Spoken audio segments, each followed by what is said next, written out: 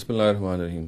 اسلامی سزاؤں کے ضمن میں ایک اہم سوال یہ ہے کہ کیا شراب نوشی کی سزا کوئی ایسی سزا ہے جس کو قرآن مجید نے یا نبی صلی اللہ علیہ وسلم نے متعین کیا ہو؟ دوسرے لفظوں میں ہم یہ کہتے ہیں کیا شراب نوشی کی سزا کوئی حد ہے یا یہ ایک تعزیر ہے؟ تعزیر کا مطلب یہ ہے کہ وہ سزائیں جو ایک اسلامی ریاست لیجسلیٹ کر سکتی ہے ان کو تعزیر کہا جاتا ہے۔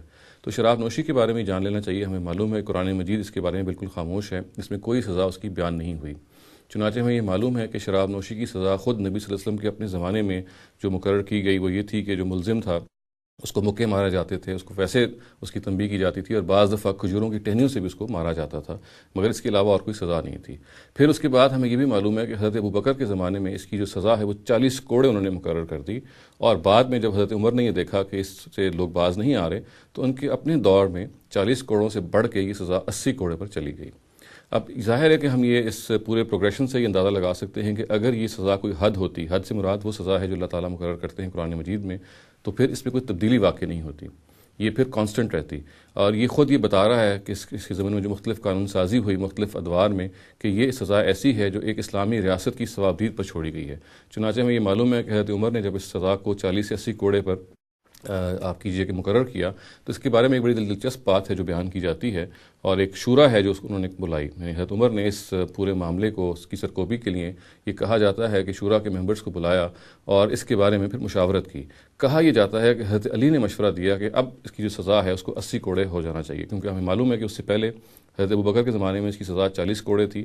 تو اور جب انہوں نے یہ کہا تو ایک بڑا لطیف سا استدلال پیش کیا۔ انہوں نے یہ کہا کہ ایک شخص جب شراب پیتا ہے تو ظاہر نشے میں آ جاتا ہے، جب نشے میں آتا ہے اول فول بکتا ہے، اور جب اول فول بکے گا تو لازماً لوگوں پر پھر الزامات بھی لگائے گا اور جھوٹے الزامات لگائے گا۔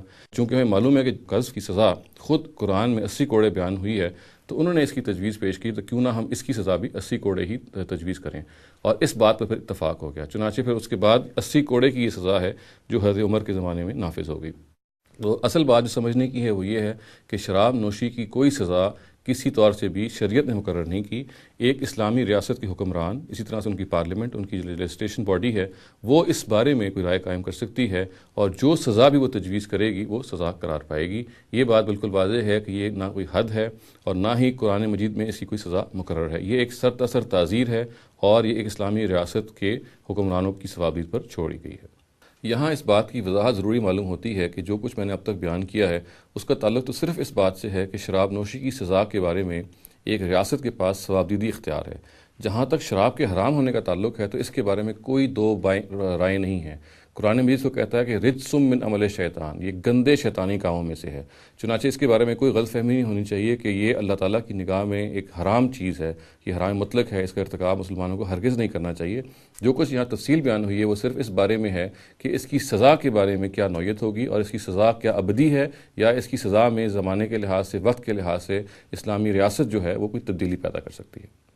اقول قولی ھذا واستغفر اللہ لی ولکم ولسائر المسلمین والمسلمات۔